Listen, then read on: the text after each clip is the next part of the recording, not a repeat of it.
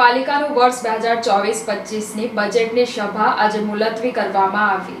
આજે વડોદરા મહાનગરપાલિકાની બજેટને લઈને સામાન્ય સભા મળી હતી। વંદે માતરમ સાથે બજેટ સભાની શરૂઆત કરવામાં આવી હતી। પૂર્વ કાઉન્સિલર અને સ્થાયી સમિતિના પૂર્વ ચેરમેન સ્વર્ગીય સુખદેવ કાછિયાનું નિધન થતાં સભા આગળ ચલાવવી કે નહીં તેને લઈને અસમંજસની સ્થિતિ સર્જાઈ। વિચાર વિમર્શના અંતે શોકદર્શક ઠરાવ કરી સભા મુલતવી કરવાનો નિર્ણય લેવામાં આવ્યો। સભા સેક્રેટરી ચિંતન દેસાઈ દ્વારા શોકદર્શક ઠરાવ વાંચી સંભળાવવામાં આવ્યો। બાદમાં 2 મિનિટનું મૌન પાળી શ્રદ્ધાંજલિ અર્પિત કરવામાં આવી હતી। મુલતવી રહેલી સભા આજે બીજા સત્રમાં એટલે કે બપોરે 3 કલાકે ફરી મળશે।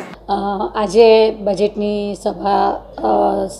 સભાનું આયોજન હતું, પરંતુ 17 ફેબ્રુઆરીના રોજ પૂર્વ સ્ટેન્ડિંગ સમિતિના ચેરમેન અને પૂર્વ સભાસદશ્રી એવા સુખદેવભાઈ કાછિયાના દુઃખદ અવસાનની માહિતી મળતા આજની સામાન્ય સભા શોકદર્શક ઠરાવ વાંચી અને મુલતવી રાખવામાં આવી છે અને બપોરે 3 વાગે ફરી બજેટની સભા મળવા પર મુલતવી રાખવામાં આવી છે।